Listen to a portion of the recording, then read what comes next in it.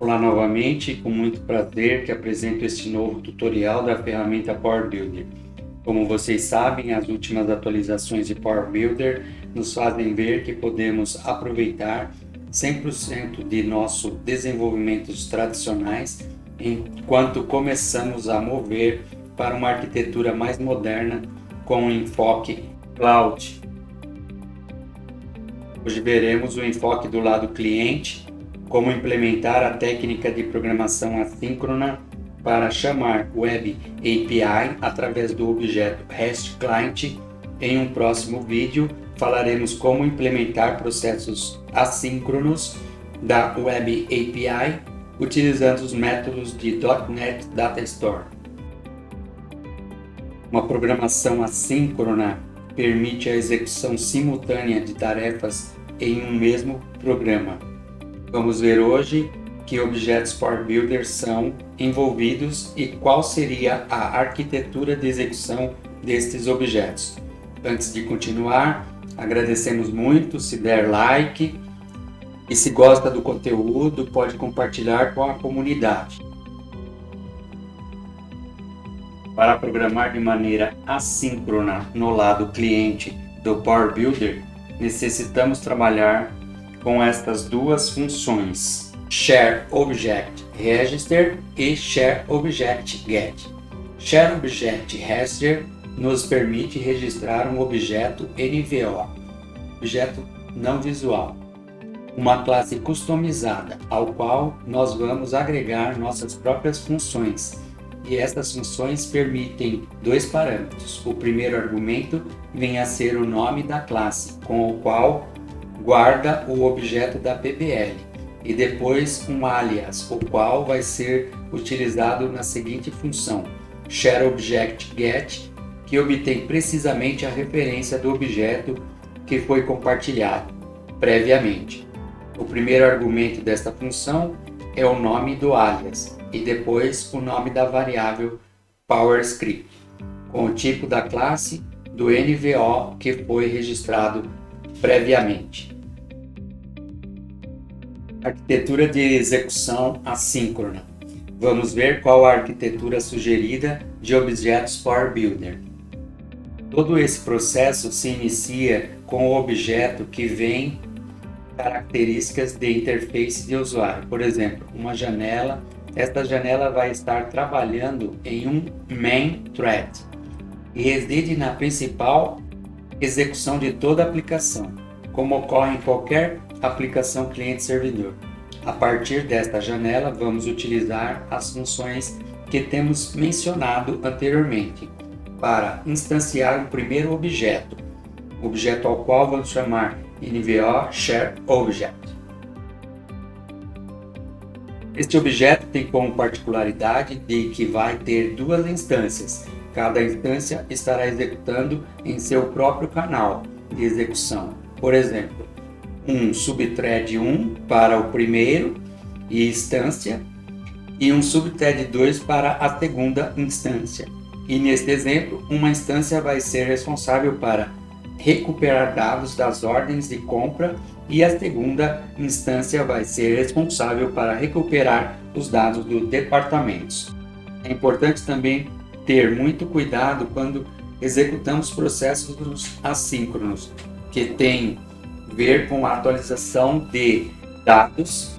É preferível utilizar o main thread para atualizar os dados. Em paralelo, também na mesma janela onde gera o processo, vamos instanciar outro objeto. Ele vai se chamar NVO Callback Object. Este objeto vai ajudar a devolver os dados recuperados na janela principal. Vai ter primeiro uma função para chamar, que vamos chamar o PassObject. Essa função vai receber a referência da janela que executa o processo. Uma vez que já teremos esses dois objetos em memória, já estamos prontos para chamar a lógica de negócio, que vai recuperar os dados. Esta lógica de negócio é melhor ter ela em um objeto NVO, separado. Desta maneira, temos uma aplicação modular e para melhor manutenção. Nesse caso, temos criado o objeto NVO Business Logic. Este objeto tem a função que implementa a chamada a funções de REST Client, tanto para ter o retrieve ou para ter um send get request. Algo particular com respeito à chamada deste objeto Business Logic é que tem que chamar primeiro o objeto NVO Share Object e tem a chamada através do mecanismo PUST.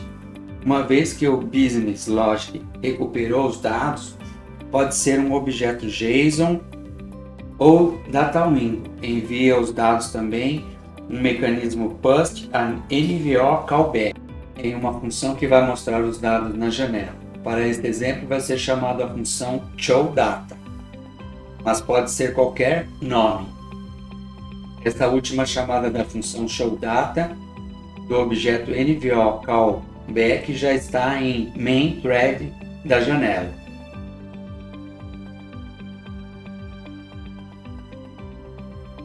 Acerca da demonstração, primeiro precisamos executar uma Web API e neste caso a Web API está executando o Snap Develop e está mostrando diferentes métodos que devolvem informações no formato JSON.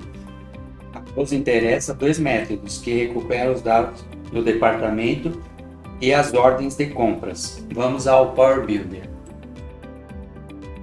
Em Power Builder temos duas data windows, departamentos e orders. Depois temos a janela principal que vai executar o processo e logo os três objetos NVO que comentei. Esta janela WMain tem duas data windows, ordens e departamentos. Temos static test para mostrar a quantidade de registros recuperados e também barras de progresso. Logo temos o botão que executar o processo. NVO Share Object. O primeiro objeto instanciado se chama NVO Share Object. Este objeto tem duas funções, que são as que executam os métodos para chamar as lógicas de negócio. Neste caso, vai chamar a outro objeto, NVO Func, e as chamadas desse NVO vai ser chamada pela instrução PUST.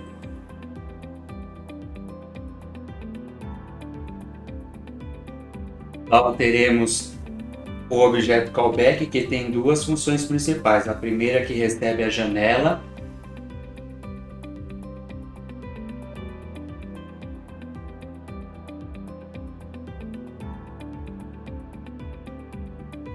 main, que a partir daí vai executar a função. Esta variável main é uma variável protegida.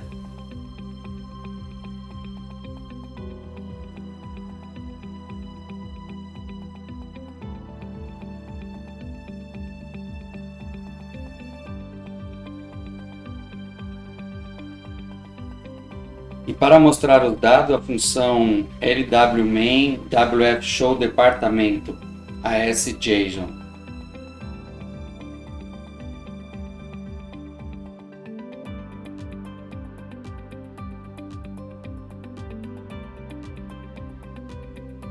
Outra parte da implementação da lógica, recuperação dos dados. Nesse caso vamos utilizar o objeto REST Client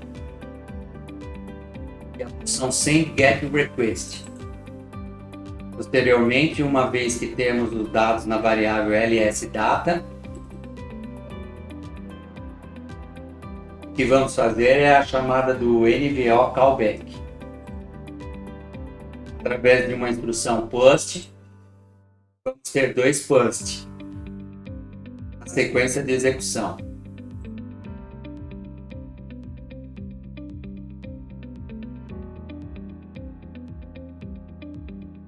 Falta ver o botão.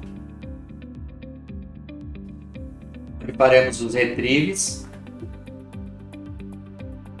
Declaramos as variáveis, tanto para share object callback e duas variáveis para cada. Vamos instanciar os objects essas duas variáveis através dessas duas funções que já explicamos. Logo temos a criação das instâncias para as duas callback. Depois uma instrução para a barra de progresso. E a chamada para cada instância de NVO.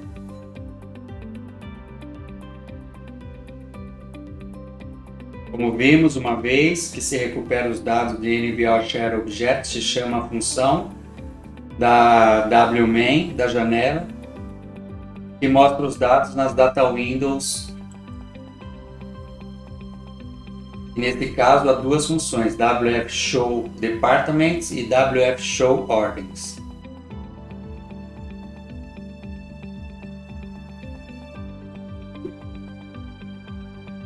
Finalmente, o processo termina em cada uma dessas funções, principalmente através da função import JSON. Uma vez que temos os dados, simplesmente mostramos os resultados e também a quantidade de registros no Spact Test. Vamos executar agora a aplicação.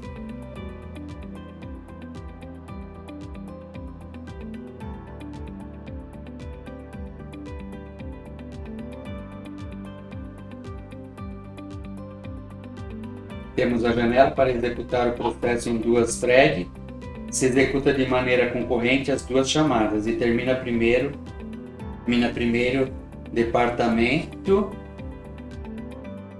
porque só tem 17 registros que recupera da Web API, e para as ordens se recupera 31.465 registros, por isso toma um pouco mais de tempo, mas se tem feito de maneira paralela. Muito bom!